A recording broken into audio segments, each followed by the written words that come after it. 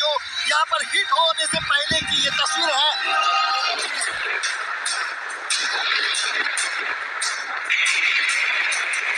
Board से तस्वीरें दिखाना चाह रहे हैं। आप देखिए यहाँ खड़े हो पाना बहुत मुश्किल है। लगातार दिल्ली से लेकर गुजरात तक बैठकों का दौर जो है वो जारी है और इन सब के बीच में सीएम की तरफ से मीटिंग की गई है।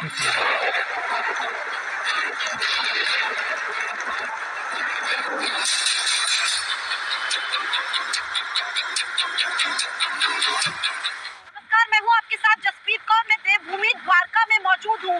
अभी तूफान के लैंडफॉल होने में समय है, यानी कि जब वो जमीन से टकराएगा, लेकिन उससे पहले ही यहाँ पर तबाही शुरू हो चुकी है। ग्राउंड जीरो पर मैं मौजूद हूँ। आप देखेंगे कि कैसे यहाँ पर नुकसान होना शुरू हो चुका है। ये दरवाजा पूरी तरीके से टूट चुका है और चीजें यहाँ पर उड़ रही है। खतरा लगातार बढ़ता जा रहा है।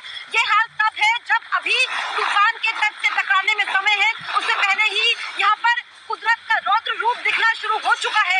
ये तस्वीर आप देख लीजिए देवभूमि द्वारका, जहाँ पर हालात बद से बदतर होते जा रहे हैं। यहाँ पर पूरी तरीके से सन्नाटा पसरा हुआ है, लेकिन लोगों की धड़कनें भी बढ़ रही है क्योंकि अब समय बेहद नजदीक है। पहले ये कहा जा रहा था 4 से 5 बजे ये तट से टकराएगा, यानी कि जो तूफान समुंदर में उपजा वो जमीन पर किस तरीके से तबाही मचाने के लिए आतुर है। लेकिन उससे पहले ही ये तो ट्रेलर है, इसके बाद की तस्वीर क्या होगी मैं कल्पना नहीं कर पा रही हूँ। बेहद चुनौतीपूर्ण है, मुश्किल भरा है क्योंकि हवाओं की रफ्तार काफी ज्यादा है। तूफान भले ही कह रहे हैं कि उसकी अब रफ्तार 115 किलोमीटर प्रति घंटे होगी, जो कि थोड़ी कम है, लेकिन फिर भी क्योंकि यहाँ पर जैसा कि हवा की रफ्तार जब ज्यादा होती है तो जलजला जैसा महसूस होता है, वो मैं यहाँ पर इस वक्त महसूस कर पा रही हूँ। मेरे सहयोगी विकास ठाकुर इस वक्त आपको ये ग्राउंड जीरो से तस्वीरें दिखा रहे हैं।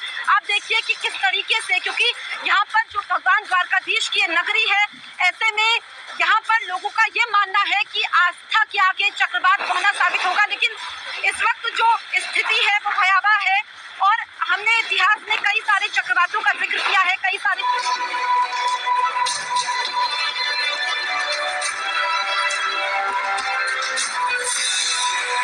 विकराल बिपरजॉय का तूफानी बहाव, डरा रही है समंदर की लहरें। मांडवी से मुंबई तक तूफानी बहाव।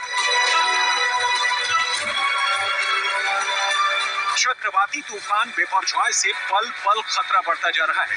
हालात ये है कि तटीय इलाके पूरी तरह से डूब चुके हैं और समंदर का पानी अब रिहायशी इलाकों की तरफ रुख करने लगा है। हवाएं तेज चल रही हैं, तो लगातार हो रही बारिश तूफान के जल्द पहुंचने की आशंका को और बढ़ा रही है। समुद्र की सतह है जिसमें जो टेम्परेचर है वो बढ़ रहा है। तापमान में बढ़ावट जो है ग्लोबल वार्मिंग की वजह से है और एक्सपर्ट्स बताते हैं कि जब ग्लोबल वार्मिंग की वजह से सतह में तापमान बढ़ रहा है, उस वजह से चक्रवात आते हैं। हाल के दिनों में अगर हम पिछले 5 सालों में देखें तो कई सारे चक्रवात आए हैं, जिसमें गुजरात ने अभी तक 3 चक्रवात पिछले 5 सालों में झेले हैं और ये सब चौथा अहम चक्रवात जिसको लेकर के एडवाइजरी भी जारी की गई है। तो एक बार फिर से मेरे सहयोगी विकास आपको तस्वीरें दिखाएंगे। आप देखिए कि ये डेंजर का बड़ा बोर्ड जो कि हर जगह पर आपको नजर आ जाएगा, इसके लेकर के लोकल पुलिस की यहाँ पर मुस्तैदी है।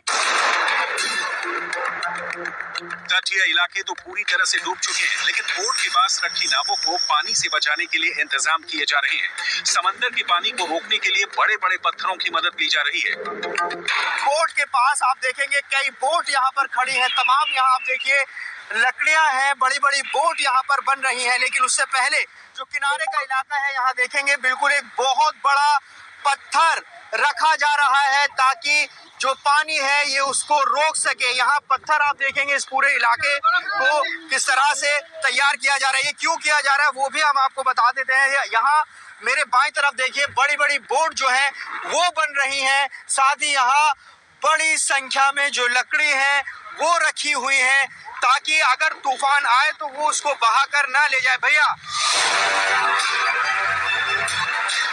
मांडवी में तूफान की वजह से समंदर ने विकराल रूप धारण कर लिया है। लगातार ऊंची ऊंची लहरें उठ रही हैं। एहतियात के तौर पर निचले इलाकों को खाली करा लिया गया है, लेकिन जिस रफ्तार से हवा बह रही है उससे मुश्किलें बढ़ी हुई हैं। वो जब तट से टकरा रही है तो उनकी हाइट देखिए किस तरह से हो जा रही है। और देखिए समुद्र में जो हलचल इस वक्त मची हुई है ये बता रहा है कि जब आज बिपरजॉय टकराएगा गुजरात के तटीय इलाकों से तो स्थिति कैसी होने वाली है। देखिए ये तस्वीर देखिए, किस तरह की स्थिति यहाँ पर बन रही है। बिल्कुल हम पोर्ट के पास से तस्वीरें समंदर की दिखा रहे हैं।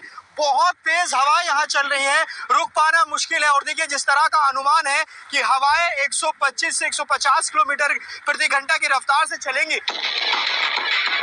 चक्रवाती तूफान का सबसे ज्यादा असर कच्छ और द्वारका में होने का अनुमान जताया जा रहा है।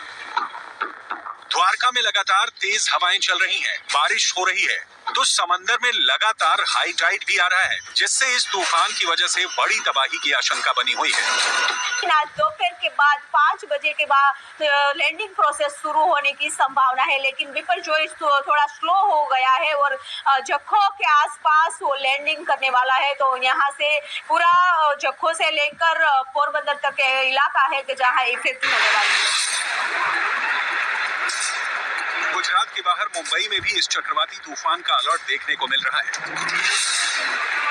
पूरे महाराष्ट्र कोंकण इलाके में अलर्ट जारी कर दिया गया है। यहाँ भी समंदर की ऊंची ऊंची लहरें उठती दिखाई दी।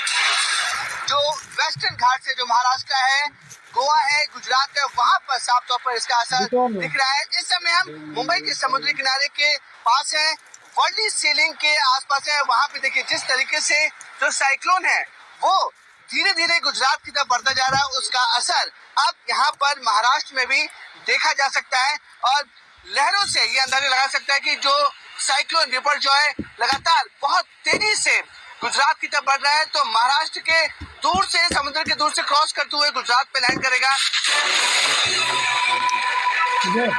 चक्रवाती तूफान का असर गुजरात के 8 जिलों में देखा जा सकता है, लेकिन कच्छ और द्वारका में इसका ज्यादा असर हो सकता है।